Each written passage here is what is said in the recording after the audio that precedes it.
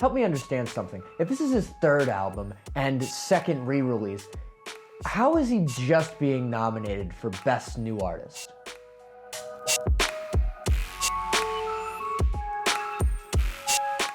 Noah Kahan emerges from the woods to re-release his third studio album, Stick Season Forever. Noah Kahan is a folk singer-songwriter from the lovely state of Vermont. Noah Kahan came onto the scene in around 2017 when he started coming out with music from his album Busy Head. The single off of that album, Hurt Somebody, didn't necessarily garner him a ton of attention, but it gained him some recognition, so people were a little bit familiar with who Noah Kahan was or what he could be. But Kahan really started to emerge into popularity when he started teasing songs for this album, specifically the original version of this album that came out in October 2022. I like to call Stick Season Forever kind of the re-release of the re-release, being something that takes the original sound of what you remember from the first version of Stick Season and keeping those elements and combining those elements from the re-release of the album, Stick Season Will All Be Here Forever. This is an album that felt like something that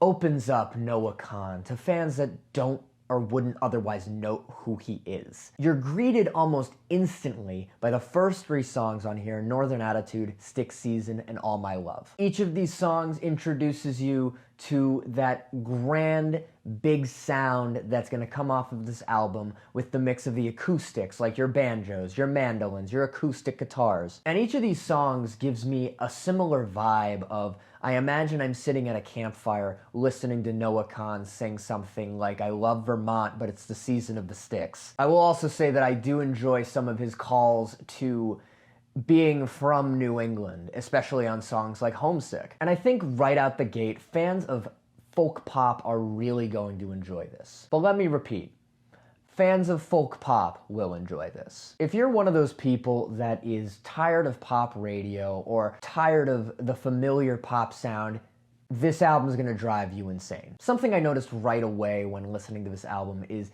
it felt a little too familiar. Listening to most of this album, I was reminded a lot of bands like Mumford & Sons, where you've got that really soft mandolin or acoustic guitar, and then the copyright trademark motherfucking banjo. There's a lot of that on this album. In fact, I think that's like the formula for majority of these songs, especially popular songs like Dial Drunk. And while I won't personally use that as a point to discredit this album, because I do still think this is a solid body of work, it's something that I think it's something where this album plays it a little bit too safe, in my opinion. It's certainly catchy, and it's certainly something you'll either stomp your foot to, or if you're one of those people who slaps your knee to songs or whatever, it's like a nice country hoedown for northern country folk. But let's talk about the one thing that makes this re-release so special: the featured verses of existing songs. If you've been listening to pop radio, you're probably familiar with the Dial Drunk remix verse with Post Malone. Post Malone is on one lately.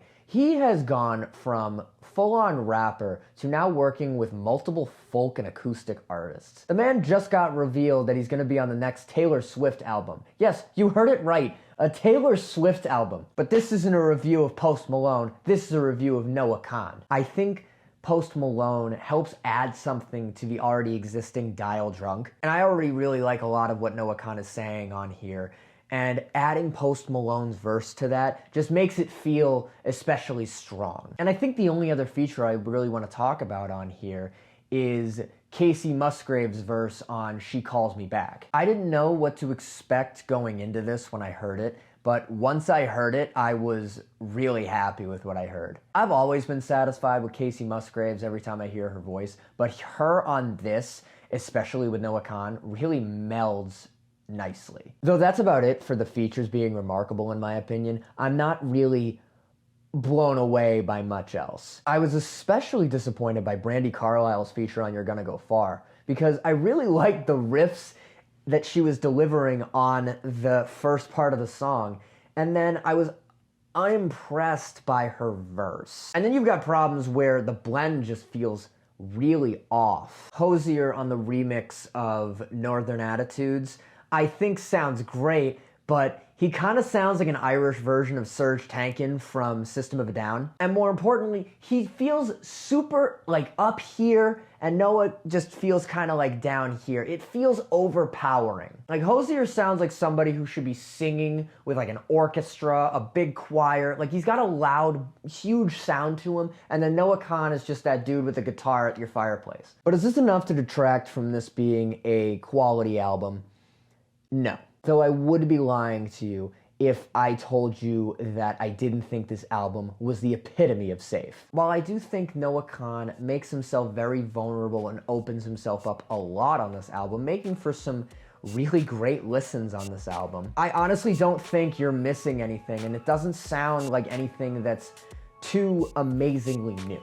Stick Season Forever is getting a 3 out of 5 scratches. While I do certainly think there's a market for this, and I do personally think that there is a group of people that is going to like this album, it's just not for me. I think you'll enjoy it for the country vibes it gives you, but it almost feels a little bit too formulaic. And I think it's something that you're not really missing anything if you haven't listened to it already. But let me know your thoughts. Did you like this album? Did you not like this album? I know there's a lot of people that really like this album, so go down in the comments and let me know how you feel. While you're down there, don't forget to scratch that like button, hit the subscribe button, and don't forget to ring the bell if you want to be updated on the latest Scratch Entertainment content.